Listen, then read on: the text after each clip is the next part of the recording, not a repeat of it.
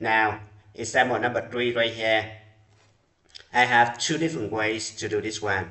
Now, the first way I'm going to use difference of 2 square, right? So it could be limit of 1 minus cosine s times 1 plus cosine s over s when s approaches 0, right?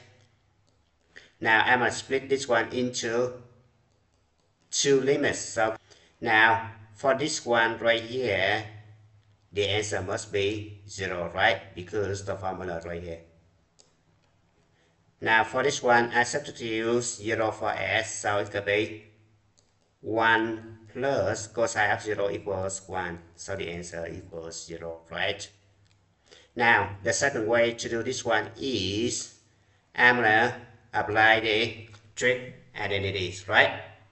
So I have limit of 1 minus cosine square of s, it could be sine square of s when s approaches 0 over s, right? So I split sine square of s into sine s times sine s, right?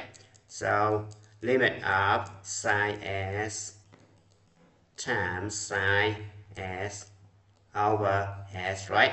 When s approaches 0. So it's going to be limit of sine s over s when s approaches 0 times limit of sine s when s approaches 0, right? Now this guy right here equals 1, right? Because the formula right here say that, right? Now this one right here, when s approaches 0, sine 0 equals 0, so this one equals 0.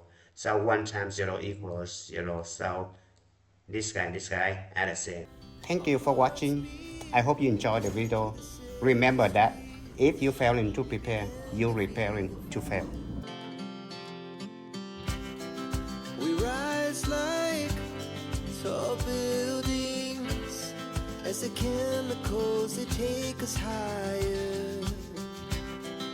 The night's young, it has just begun as she puts her hand in mine.